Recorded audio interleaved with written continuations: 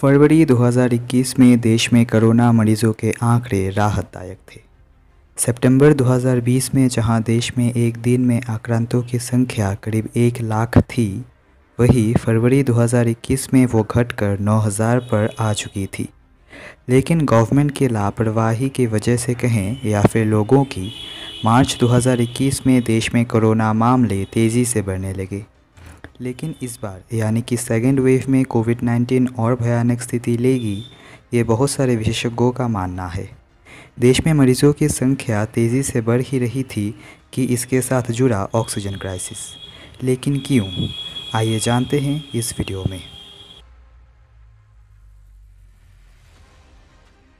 लोगों की नेग्लिजेंसी और गवर्नमेंट की लापरवाही तो थी ही, लेकिन रिसेंटली देश में कोरोना अपराइजिंग के जो दो मुख्य कारण हैं वो हैं स्टेट इलेक्शंस और कुंभ मेला।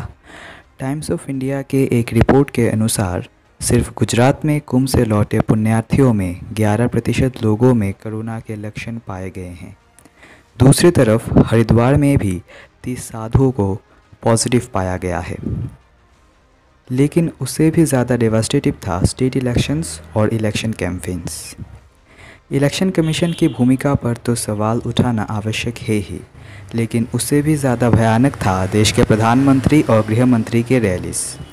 क्या देश के लोगों के जान से ज़्यादा ज़रूरी इलेक्शन जीतना है हमारे देश के नेताओं के लिए? ये सवाल उठाना अभी आवश्यक है। देश की ऑक्सीजन क्राइसिस ऐसे भयानक हालत ले चुकी है कि हमें ऑक्सीजन की आयात करनी पड़ रही है।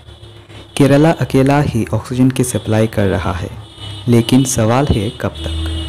इतनी बड़ी क्राइसिस क्यों हो रही है? आइए जानते हैं।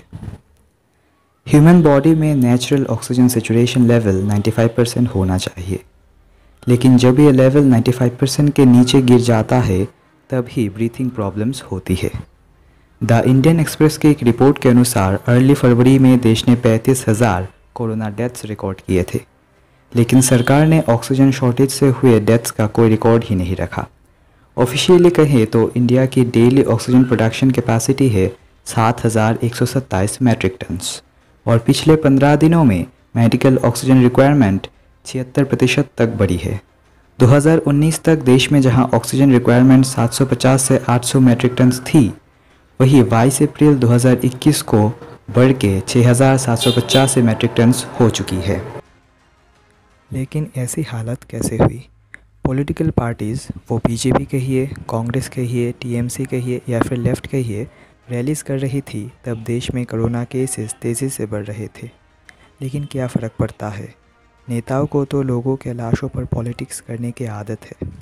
सेंट्रल विस्ता के सिवाय अगर गवर्नमेंट ऑक्सीजन मैन्युफैक्चरिंग प्लांट्स बना देती तो आज लोगों को एटलीस्ट ऑक्सीजन की कमी से मरना नहीं पड़ता। शायद यही अच्छे दिन हैं जहां लोगों को प्राणवायु की कमी से मरना पड़ रहा है। खैर, राजनेताओं को तो सिर्फ हम इसकी कड़ी शब्दों में निंदा करते हैं यही कहना आता है और झूठ पे झूठ बोलना आता है, इसलिए हमें ही सावधान रहना पड़ेगा। स्वस्थ रहिए, सावधान रहिए और अफवाहों से दूर रहिए।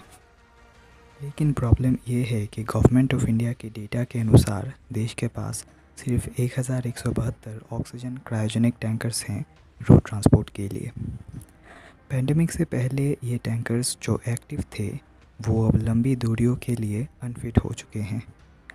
भारतीय वायुसेना और भारतीय रेलवे इसीलिए बाकायदा ऑक्सीजन ट्रांसपोर्ट में लगे हैं। दिल्ली, उत्तर प्रदेश, हरियाणा, गुजरात जैसे राज्यों में जहां ऑक्सीजन डिमांड के अनुसार एलोकेशन नहीं मिल रहा है, वहीं कर्नाटक, राजस्थान, महाराष्ट्र जैसे राज्यों में भारी मात्रा में ऑक्सीजन डिमांड है। नॉर्थ ईस्ट की बात तो छोड़ ही दीजिए। असम इलेक्शंस में इतनी सारी पब्लिक रैलीज़ की वजह से कोरोना अपना असर तो दिखाएगा ही, लेकिन चिंताजनक बात यह है कि नॉर्थ ईस्ट की health system rest of India की तरह नहीं है। अगर नॉर्थ ईस्ट में ऑक्सीजन क्राइसिस भारी मात्रा में बढ़े तो नॉर्थ ईस्टर्न स्टेट्स की हेल्थ इंफ्रास्ट्रक्चर पूरी तरह ध्वस्त हो सकती है। ऑक्सीजन प्रोडक्शन एक मेजर प्रॉब्लम तो है ही, लेकिन इसके साथ है ट्रांसपोर्टेशन प्रॉब्लम और black marketing.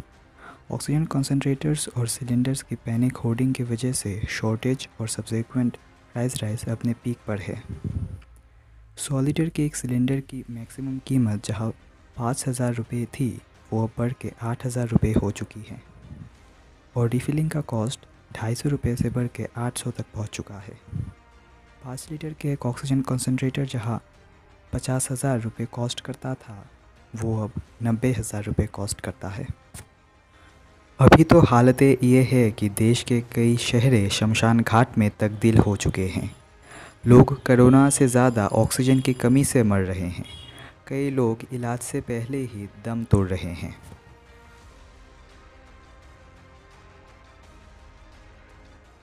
Government of India ने कुछ राहत स्टेप्स लिए हैं, जैसे कि इंडस्ट्रीज़ में ऑक्सीजन की सप्लाई घटाई गई है। इंडस्ट्रियल ऑक्सीजन मैन्युफैक्चरर्स को मेडिकल ऑक्सीजन प्रोड्यूस करने के लिए एनकरेज किया जा रहा है। सरकार के अनुसार इन सब से अभी एलएमओ कैपेसिटी 3,300 मेट्रिक टन से इंक्रीज़ हुआ है। हेल्थ मिनिस्ट्री ने 162 प्रेशर स्विंग एड्जॉर्प्शन यानी कि PSA इंस्टॉल करने के लिए सैंक्शन किया है, लेकिन इससे ज़्यादा कुछ फ़ायदा नहीं होगा।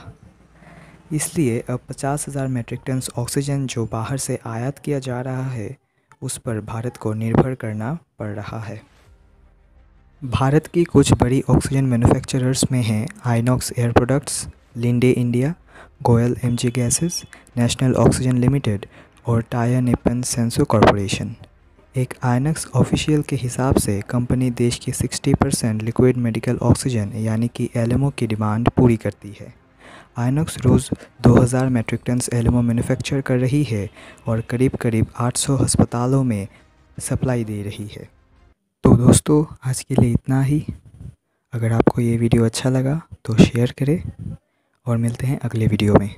जय हिंद, जय भारत।